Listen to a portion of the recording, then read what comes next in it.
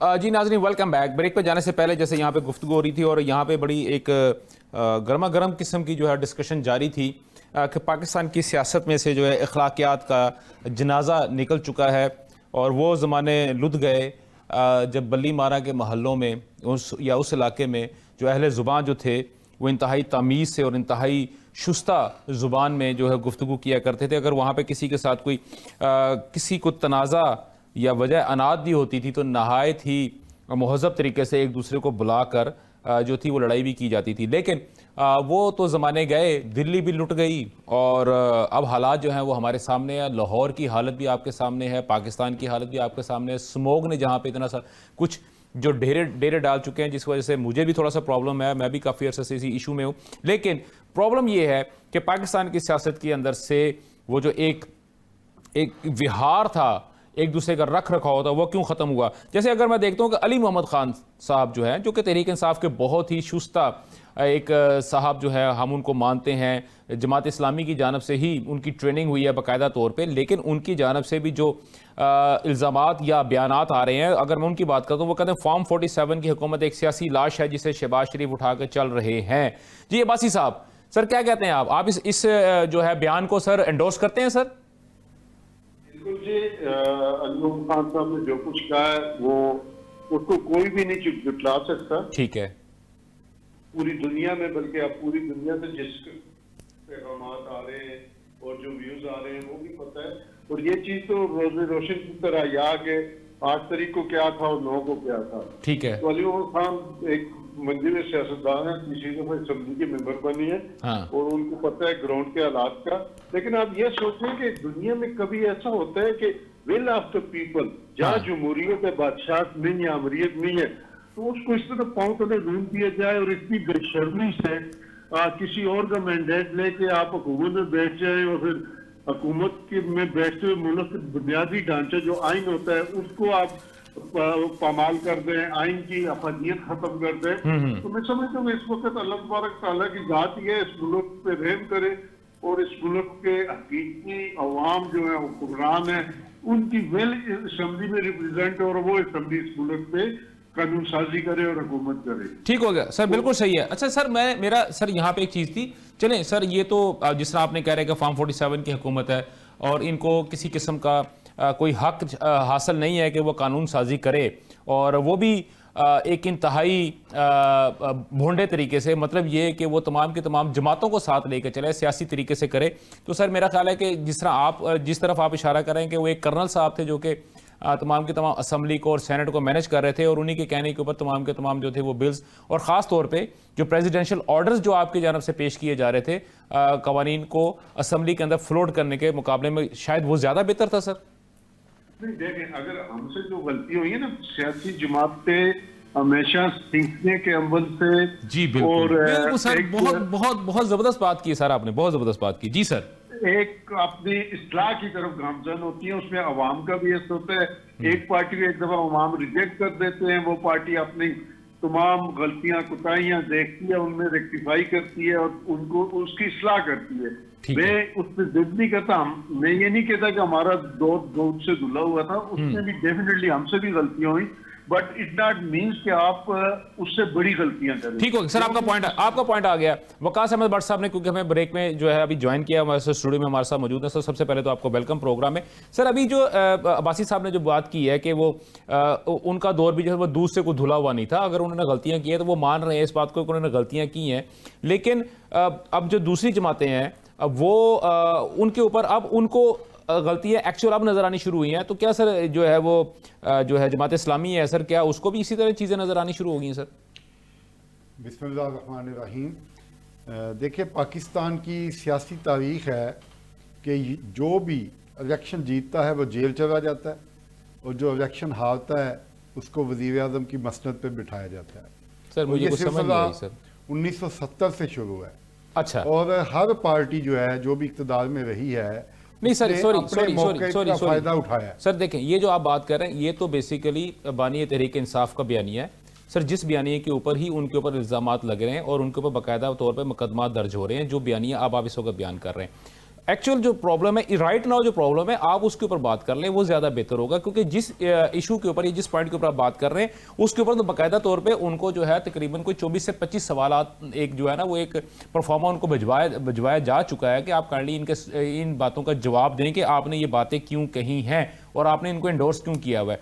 मेरा जो एक्चुअल जो सवाल है वो ये है कि सर जो प्रॉब्लम्स उनको नजर आ रही हैं, क्या जमात इस्लामी को भी प्रॉब्लम नजर आ रही है? मेरा क्वेश्चन सर ये है। देखिए, मैंने जिस बात का तज़किरा किया ये प्रॉब्लम की जड़ है, और जब तक सियासतदान इस तरह के बैकडोर से इक़्तिदार में आने के रास्ते तलाश करते रहेंगे, ठीक है, और अपनी शिकस्त को मानेंगे नहीं, आला ज़र्फ़ी का मुज़ाहरा नहीं करेंगे, भाई आप क्यों नहीं कहते कि हम ये इलेक्शन हार गए हैं, ये हमारी बारी नहीं है, जब हमें अवाम मैंडेट देगी तो हम तब इक़्तिदार में आएंगे। ठीक हो गया। 2018 में खान साहब ने भी ऐसी किया कि जो पार्टी जीती उसको जेल में भिजवा दिया और खुद इक़्तिदार में बैठ गए, और अभी पीडीएम की हुकूमत भी यही कर रही है। तो जब से भी पाकिस्तान की तारीख देखें यही है।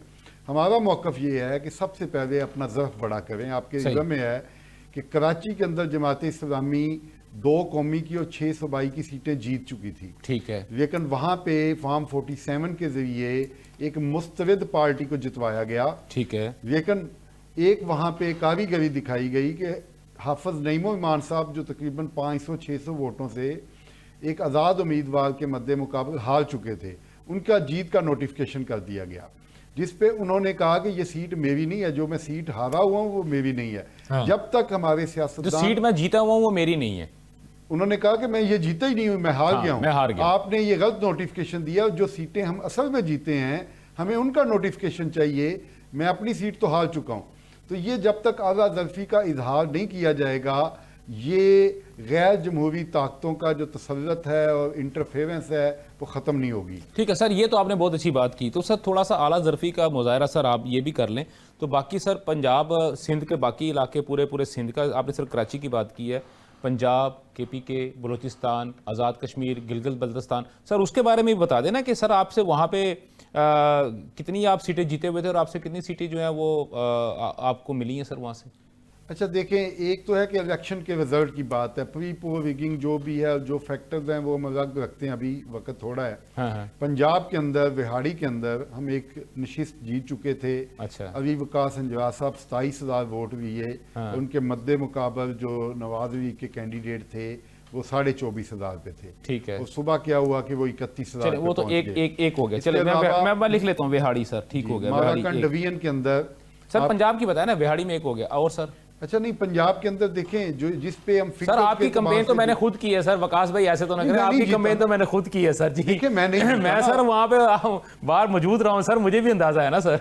देखिए, लेकिन इसके बावजूद कंपेन करने के बावजूद हम नहीं जीते, हमारे में इतना ज़रफ़ मौजूद है। हाँ, आप ये ठीक हो गया, अब आपका पॉइंट आ गया सर, आपका पॉइंट। लेकिन सर मुझे ये बताएं कि एक कराची की बेस के ऊपर, सिर्फ कराची की आपने जैसे आपने कहा 2 कौमी की और 6 सूबाई की सीटों की बेस के ऊपर सर आपने पूरी की पूरी जो जमात है, खासतौर पे पीटी अपना पीपल्स पार्टी और नून लीग है, उनके ऊपर हाफिज साहब ने तो इतना बड़ा अटैक मार दिया है, उनके ऊपर तो वो क्रूज मिसाइल छोड़ दिया है कि जनाब ये तो फॉर्म 47 की जो है वो पैदावार है। सर ये उनका जो बयान है सर, ये क्या ये भी आप ही के जो दोस्त अहबाब हैं तहरीक इंसाफ के, क्या उनकी जानब से देख देख के सर कुछ चीज़ें आपने भी सीखी हैं कि वो रवादारी, वो मोहब्बत और वो जो एक इस सियासत का चाल चलन था वो भी सर आप लोगों ने बिल्कुल ख़त्म कर दिया? आप लोगों के आजकल के जितने भी बयान मैं देख रहा हूँ सर, उनको देखते हुए देखिए, हम तो असूली बात करते हैं। जब नवाज शरीफ के क़यादत और कारकुनान के ख़िलाफ़ क्रैकडाउन हो रहा था पिछले दौर इक़्तिदार में, PTI की इक़्तिदार के दौरान, हम तब भी कहते थे कि जो केस बनता है वो बनाए, सियासी इंतकाम और पॉलिटिकल इंजीनियरिंग। लेकिन सर लैंग्वेज वो नहीं थी सर, जो लैंग्वेज अब है। नहीं, हमारा सर वो वाली लैंग्वेज नहीं थी जो लैंग्वेज आप है। आप मेरी बात समझ रहे हैं? आपको डेफिनेटली मेरी बात पूरी समझ आ रही है कि जो अल्फाज का चुनाव उस वक्त था और आपका असूली मौकफ जो उस वक्त था, नो डाउट आपका असूली मौकफ अभी भी वही है, लेकिन अल्फाज का चुनाव जो है वो नहीं है जो कि इससे पहले तक जमात इस्लामी का वतीरा था। देखें, उस वक़्त का भी जो रिकॉर्ड पे है ना, देखें हम हमेशा महज़्ज़ब बात करते हैं, लेकिन बात बिल्कुल खुले अल्फाज में करते हैं, कोई भी दबा के नहीं की जाती। और उस वक़्त भी हमारा मौक़िफ़ यही था कि पॉलिटिकल इंजीनियरिंग ना की जाए और गैर जमहूरी ताकतों के आज़ाकार ना बने। आप अगर इलेक्टेड वज़ीर आज़म हैं तो आप फैसले खुद करें, और अगर आपके पास मैंडेट नहीं है तो आप इक़्तिदार छोड़ें। ठीक हो गया सर, और अभी भी हमारा मौक़िफ़ यही ठीक है। हो, आपका पॉइंट आ गया। रिजवान साहब, इस वक्त इशू ये हो रहा है कि वो ये कह रहे हैं कि जनाब आप तो फॉर्म 47 की जो है वो पैदावार है, और अब्बासी साहब ने, और आप तो इस काबिल ही नहीं है, और ये जो इस वक्त असम्बली है वो तो नजायज़ हुकूमत है, नजायज़ असम्बली है। तो सर आप क्या समझते हैं अपने आप को कि आप वाकई ही जो है वो क्लेम करते हैं, या आप समझते हैं कि आप जो इस इतनी आपका पोटेंशियल था कि आप हुकूमत जो है वो फॉर्म कर सकते? अब्बासी साहब ने ये बात तो कर दी, तो शायद अब्बासी साहब को मैं थोड़ा सा याद करा दूं कि 2018 में जब RTS 48 घंटे के लिए बंद करके रिजल्ट अनाउंस किया गया था, क्या वो रिजल्ट ठीक थे? वो फॉर्म 47 को याद नहीं था? नहीं सर, वो तो मानते हैं ना, वो तो कहते हैं जी हमसे गलतियां हुई हैं उस वक्त, था वो मानते हैं। अब्बासी साहब ने अभी कहा है कि जी हमसे जो गलतियां हुई हैं तो वो तो हमारे लिए जो है ना वो बड़ा मसला है, तो हम नहीं चाहते कि आप भी जो है ना यही गलतियां दोहराएं। नहीं, हमने गलतियां, वो गलती पे फिर गलतियां करने जा रहे हैं ना। अच्छा। 2013 में जब इन्होंने 124 दिन का धरना देके मुल्की माशियत को इतना नुकसान पहुंचाया, चाइना का प्रेसिडेंट आ रहा था, उनका दौरा मनसूख करवाया, तब इनको गलती का एहसास नहीं था हुआ। आज भी चलती माशियत, जब माशियत थोड़ी सी स्टेबल होती है, इनको ये रोड़े अटकाने आ जाते हैं, तो अब भी ये गलती करने जा रहे हैं। आए दिन जो नई एक से एक डेट दे देते हैं और कहते हैं ये हमारी आखिरी कॉल है। खुदा के लिए कोई आखिरी कॉल कर भी दें, आप फिर एक्सटेंड कर देते हैं, फिर आप इस झूठ को छोड़ दें, आप इन शार की सियासत को छोड़ दें। अगर आप मुल्क के वफादार हैं, मुल्क के हक में है, तो आप आए बैठे और इसको चलने दें। क्या बाकी दुनिया में अपोजिशन जो जहां पे होती है वहां पे गवर्नमेंट नहीं चलती, मुल्क तरक्की नहीं करते? कि क्या इमरान खान ही प्राइम मिनिस्टर हो तो तभी ये मुल्क तरक्की करेगा? क्या नवाज शरीफ के दौर में मुल्क ने तरक्की नहीं की? क्या शहबाज शरीफ साहब ने आके मईशत को स्टेबल नहीं किया?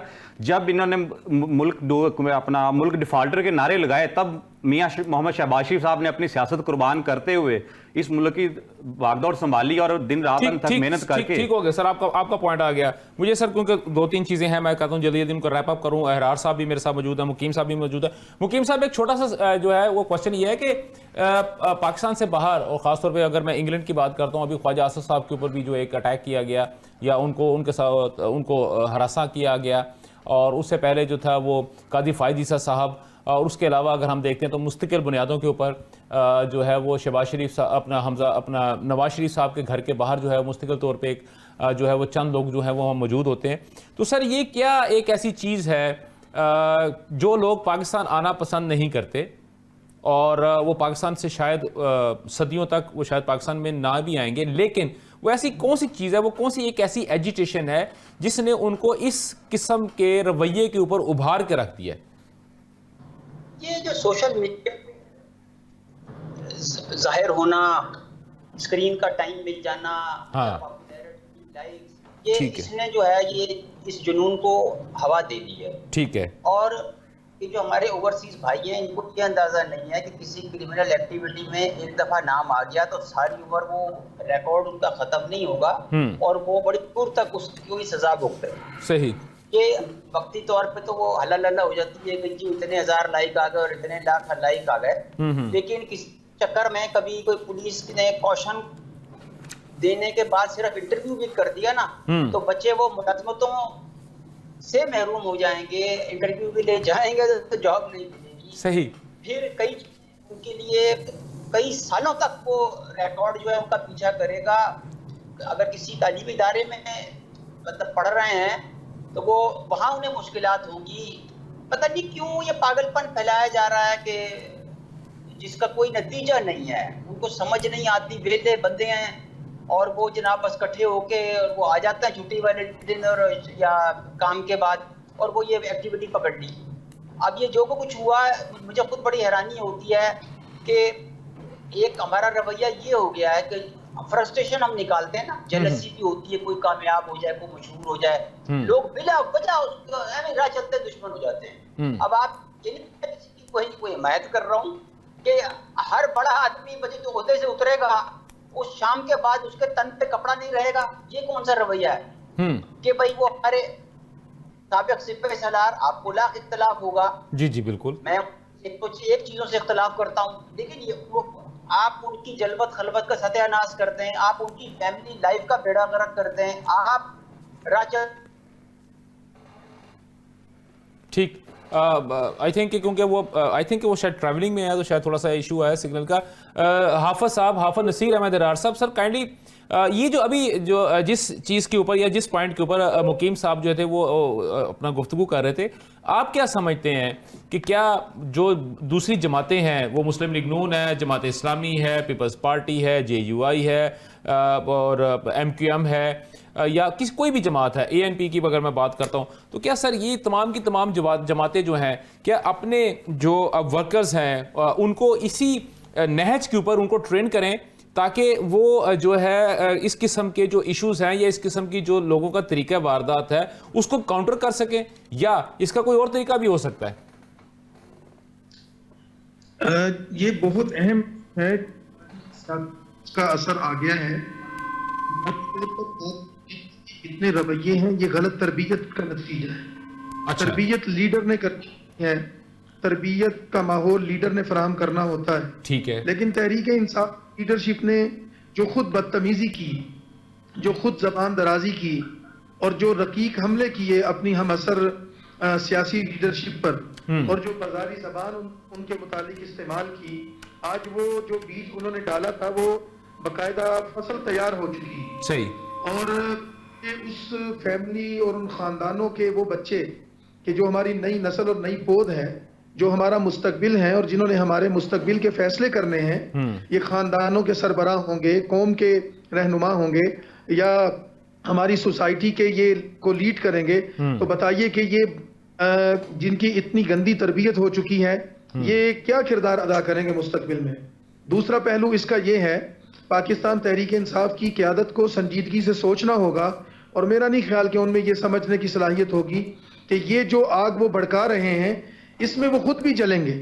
आज जिस जिस अमल का वो लोगों को शिकार कर रहे हैं उसका रद्द अमल उनके खिलाफ आएगा, और जब उनके रास्ते रोके जाएंगे, उन पर हमले किए जाएंगे या खुदा न खास्ता कोई उनका जवाबी कोई मामला होगा, तो फिर वो कहाँ मुंह छुपाएंगे। नहीं, आपकी बात बिल्कुल दुरुस्त है। आपकी बात बिल्कुल सर।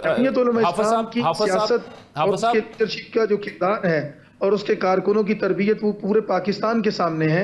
हमारे एहतजाज, हमारे जलसे, हमारे जुलूस, हमारी कॉन्फ्रेंसें, हमारे जो सियासी मार्च होते रहे हैं, आज तक किसी मुखालिफ को या किसी अपने को किसी कभी एक कांटे के बराबर भी कोई तकलीफ नहीं पहुंची। ठीक। हाफिज साहब आपका पॉइंट आ गया। हाफिज साहब आपका पॉइंट आ गया। सर देखिए अभी अब्बासी साहब यहाँ पे जो अभी ये जो इशू है जिस पे हम डिस्कस कर रहे हैं, क्या सर आप इसको किस तरह जस्टिफाई करते हैं सर? मुझे नहीं क्या आप इसको जस्टिफाई करते भी हैं या नहीं करते सर? कोई भी लीडर, कोई भी सियासी जमात अपने वर्कर को एक शऊर देती है, एक नजरिया, एक सोच देती है। इखलाक से गिरी हुई हरकत या बिलो द बेल्ट हरकत को कोई शख्स भी ना अप्रिशिएट करता है, ना उसको सही ख्याल करता है। अब इतना लोगों के अंदर फ्रस्ट्रेशन है, गुस्सा है, लोगों की हक तलफी है, अकूब गजब हुए हैं, तो रिएक्ट करते हैं। लेकिन हम PTI ने कभी भी किसी ऐसी हरकत को ना अप्रिशिएट किया है, ना एडवाइस किया है कि हमारे वर्कर या हमारे लोग कभी भी कोई ऐसी हरकत करें जो कानून के खिलाफ हो, जो इखलाक के खिलाफ हो, जो हमारी तहजीब के खिलाफ हो। ठीक। कता कलामी माफ अब्बासी साहब कता कलामी माफ। सर साबका हुकूमत में, साबका दौरे हुकूमत में क्योंकि मुजम्मत करें सर, एक मिनट सर, हाफिज साहब मैं उनको एक ज़िमनी सवाल मेरा है उनसे है कि, या मैं उनसे बात करना चाह रहा हूँ, एक काइंडली ज़रा मुझे टाइम दीजिएगा कि कुछ लोग जिन्होंने तहरीक इंसाफ को छोड़ के JUI को ज्वाइन किया था, तो तहरीक इंसाफ के जो KPK के जो वर्कर्स थे उन्होंने बाकायदा तौर पे उनके घरों पे जाके हमले किए थे और उनके घरों के बाहर जाके उन्होंने पथराव भी किया था। आप जो बात कर रहे हैं कि फ्रस्ट्रेशन थी, फ्रस्ट्रेशन उनकी सिर्फ उस वक्त होती है जब कोई बंदा उनसे दूर होता है। ये कौन सी फ्रस्ट्रेशन की आप बात करें कि उनके हकूक ज़ाया हो रहे हैं? मैं तो सर KPK की बात कर रहा हूँ सर। नहीं, देखें मेरी बात सुने, जब अवाम आपको मुंतखब करते हैं एक निशान पे, आप इखलाकी तौर पे, सियासी तौर पे पाबंद होते हैं कि आप उस पार्टी के मंशूर को, उस पार्टी के नजरिए को कबूल करें और कोई ऐसा काम ना करें जो उस पार्टी के नजरिए और असूल के खिलाफ हो। अगर कोई शख्स इमरान खान के नाम पे वोट ले और फिर वो पीटीआई के खिलाफ जाए, तो ज़ाहिर है वो वोट देने वाले लोग डेफिनेटली उनमें गम होगा, ठीक गुस्सा होगा। ठीक हो लेकिन गया फिर सर, आपका सर पॉइंट आ गया। अब्बासी साहब आपका पॉइंट आ गया। वकास भट्ट साहब, सर आप किस तरह जस्टिफाई करते हैं सर इस तमाम के तमाम सिनेरियो को? देखिए, पहली चीज़ है कि ये जो रवैये हैं सियासत के अंदर, ये बिल्कुल गलत हैं। पहले ये हमारा मुआशरा तबकाती तकसीम, फ़िरकाबाजी के हवाले से कई हवालों से तकसीम है, और मैं समझता हूँ कि जब तक इस मुल्क में मुआशरती अदल और मुआशी अदल नहीं आता, इस तरह के रवैये बढ़ते रहेंगे। सियासतदान गरीब तबके को, जज्बाती नौजवानों को अपने मकासद के लिए इस्तेमाल करेंगे, और ख़ुद वही देखें कि अपने बच्चे तो ये अहले मगरब को गारंटी में रखवाते हैं, 80% दौलत भी उनके पास रखवाते हैं और बच्चे भी रखवाते हैं कि अगर हमने आपकी वफादारी में कोई कोताही बरती तो ये हमारे बच्चे भी ज़मानत में आपके पास हैं। और ये एक का मसला नहीं है, ये डिक्टेटरों का भी यही मसला है। जब हुकूमत हमारे पे करते थे, बच्चे उधर रखवाते थे। और सियासतदानों का, हर वज़ीर आज़म का है, किसी एक की बात नहीं कर रहा मैं। और आवाम को ये समझना चाहिए कि ये हम एक ग़ुलामी की कैफियत में हैं। हमें 1947 में जो सो कॉल्ड आज़ादी मिली थी, वो आज़ादी अभी तक हमें नहीं मिली। जब आपके मुल्क का फर्स्ट आर्मी चीफ जो है, जो लोकल था, वो जाके वहाँ पे नायब वज़ीर ख़ारजा को कहता है कि you understand our army is your army, तो इसका मतलब है वो सिलसिला आज भी जारी है। तो मैं ये समझता हूँ कि ये आज़ादी के लिए। चलिए सर, आपका जो पॉइंट है कि सो कॉल्ड आज़ादी मिली थी, तो चलें सर आप ही फिर इसका मतलब है कि 24 नवंबर का जो धरना है या जलसा जुलूस होंगे, उसमें भी आप जाके हकीकी आज़ादी जो है उसके लिए आप डेफिनेटली आपको भी थोड़ी सी मेहनत करनी पड़ेगी। अपना रिजवान साहब, सर लास्ट कमेंट सर आपकी जानब से, उसके बाद फिर मुझे क्लोजिंग की तरफ जाना है। सर मैं ये बताऊंगा, बासी साहब जो कह रहे हैं कि जज्बात उनके मजरू होते हैं, तो मैं ये छोटा सा वाकया, करीब की बात है 9 मई, कोई ज़्यादा दूर नहीं है, सिर्फ उसमें देख लें कि किसने उनको लीड किया, किसने इतना इंतशार वहाँ पे फैलाया, कौन लोग थे जो जिनको भड़का के लेके जी गए। बिल्कुल ठीक है, आपका बहुत वैलिड पॉइंट है, आपका वैलिड पॉइंट बहुत वैलिड पॉइंट है। आप तमाम हज़रात का बहुत बहुत शुक्रिया। मुकीम साहब, आप इंग्लैंड से आप मेरे साथ जुड़े। अहरार साहब, आप मुझे पता आप इस वक्त एक कॉन्फ्रेंस में, मीटिंग के लिए कॉन्फ्रेंस में मौजूद हैं, मरी के अंदर आप मौजूद हैं, आपने वहाँ से मुझे ज्वाइन किया। वकास भट्ट साहब, आपने स्टूडियो में मुझे ज्वाइन किया। आरफ अब्बासी साहब इस्लामाबाद में इस वक्त मौजूद हैं, और वो एक शादी की तकरीब में मौजूद थे, लेकिन उनकी मेहरबानी, उन्होंने मुझे वहाँ से भी मुझे वक्त दिया। और रिजवान साहब, आपका बहुत बहुत शुक्रिया, आप स्टूडियो में बाकायदा तशरीफ़ लेके आए। नाज़रीन, आपने तमाम तर गुफ्तगू सुनी। रवैये बहुत ज़्यादा मानी रखते हैं, सियासी तरबियत बहुत ज़्यादा मानी रखती है, लेकिन आज की अगर मैं दिन की अगर मैं बात करता हूँ, तो यहाँ पे इस फोरम पे मुझे इंतहाई दुखी और रंजीदा दिल से ये कहना पड़ेगा कि हम अभी तक इसी बात के ऊपर फ़ख्र महसूस कर रहे हैं कि हमारे लीडर ने जो ट्रेनिंग दी है वो सबसे बेस्ट है, हमारी जमात जो ट्रेनिंग दे रही है वो सबसे बेस्ट है। हमें ये देखना पड़ेगा कि हमारी अपनी गलतियाँ किधर हैं, हमारी कोताहियाँ किधर हैं, हमें अपनी अदाओं पे भी गौर करना पड़ेगा। इंशाल्लाह कल आपसे दोबारा मुलाकात होगी, सेम वक्त में, सेम चैनल पे। कल तक मुझे इजाज़त दीजिए। अल्लाह हाफिज़। पाकिस्तान पाइंदाबाद।